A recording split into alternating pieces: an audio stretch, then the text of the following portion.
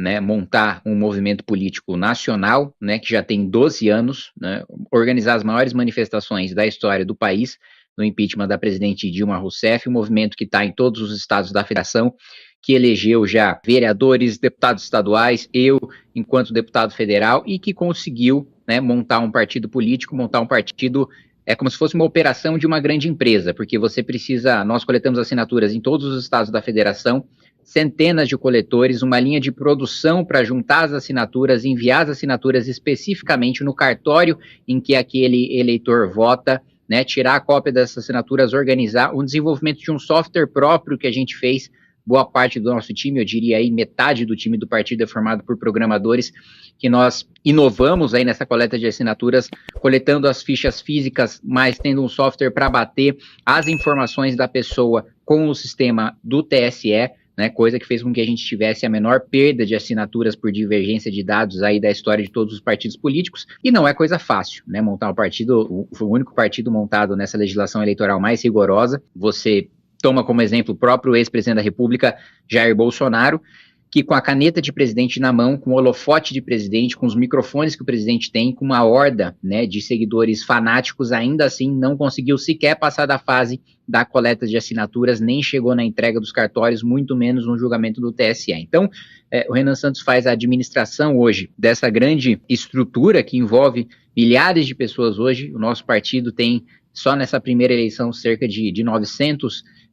pré-candidatos aí para os parlamentos pelo país, e ele próprio tem um programa mais robusto e tem as melhores propostas, aliás, o único até agora que apresentou propostas concretas, que estão aí no nosso livro amarelo, que é o nosso programa detalhado aí de cerca de 500 páginas, fruto do desenvolvimento de livros anteriores que promoveram pesquisas e debates em relação a esse programa. Então eu acho que para aquele apoiador que está preocupado, primeiro com honestidade, né, a gente sabe dos escândalos tanto que Lula e que Flávio estão envolvidos, e acho que Renan Santos tem experiência em ser honesto, como em relação a plano de governo, o apoio deve ser para o Renan Santos. Olha, essa primeira resposta teve aí cerca de 3 minutos cada lado. Podem olhar o relógio de vocês, aqui é o equilíbrio total no jogo. Eu posso dizer que eu estou de frente aqui com o novo versus o velho, o clássico e o moderno, ou o novato que quer mostrar trabalho e o experiente, que já foi muito testado pelo eleitorado. Então aqui vocês fiquem com a duplinha de adjetivos que quiserem, né? Alguns mais críticos, outros errados, talvez não tão precisos. Eu queria que o senhor falasse sobre isso, Kiko Seleguin. O presidente Luiz Inácio Lula da Silva é experiente ou ele já foi bastante testado pelo eleitorado e realmente tem deixado a desejar? Olha, Basília, o presidente Lula não é uma aventura. Ele já tem uma lista de serviços prestados ao país. Ele vai se reeleger para o seu 4º mandato presidencial. Olha, ouvindo a resposta do Kiko Kim, acho que nas entrelinhas ele disse que outros candidatos que não Lula são uma verdadeira aventura, né? Aponta para um futuro incerto, sem plano, sem política, sem estratégia, o que o PT já sabe de cós salteado, já que governa o Brasil há tantos anos. Somente o presidente Lula já venceu 3 eleições e agora está indo para a sua 4ª tentativa de mandato presidencial. Os senhores do Missão, não pela idade, mas pela experiência ou pouca experiência que tem com a coisa pública, se consideram também novatos, aventureiros, um futuro incerto para o Brasil? Olha, eu vou até aqui citar uma frase de alguém que está muito mais próximo do petismo do que do Partido Missão, que é do Chico Buarque, que diz que ele não tem medo da mudança, ele tem medo que as coisas permaneçam como estão, né? Eu acho que é muito claro para a maioria dos cidadãos brasileiros que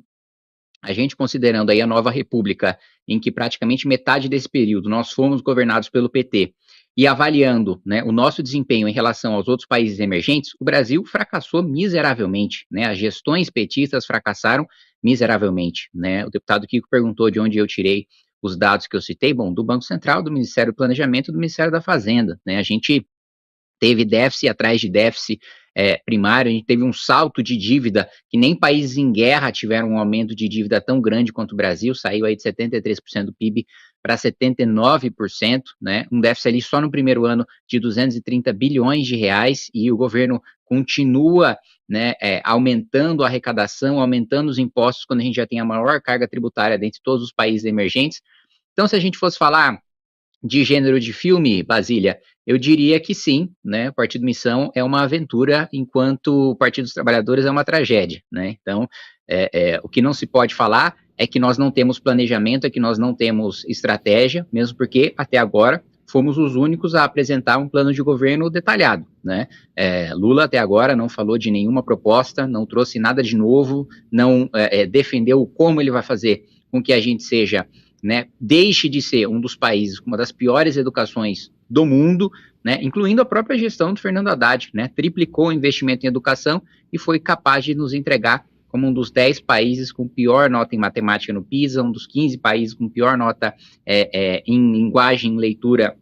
no PISA, cair mais de 20 colocações também num ranking, salvo engano, da Unicef, né? Então,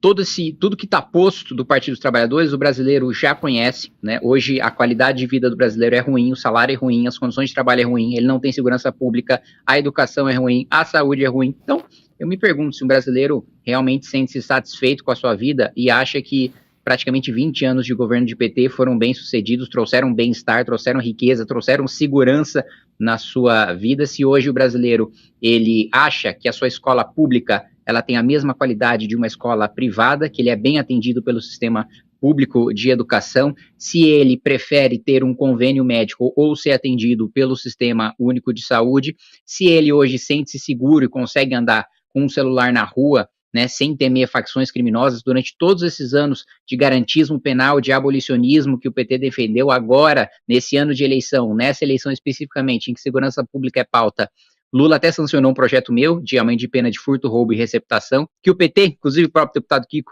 votou contra na primeira votação na Câmara dos Deputados. Então, tem até, enfim, sinais contraditórios ali por parte do governo. Então, não acho que nós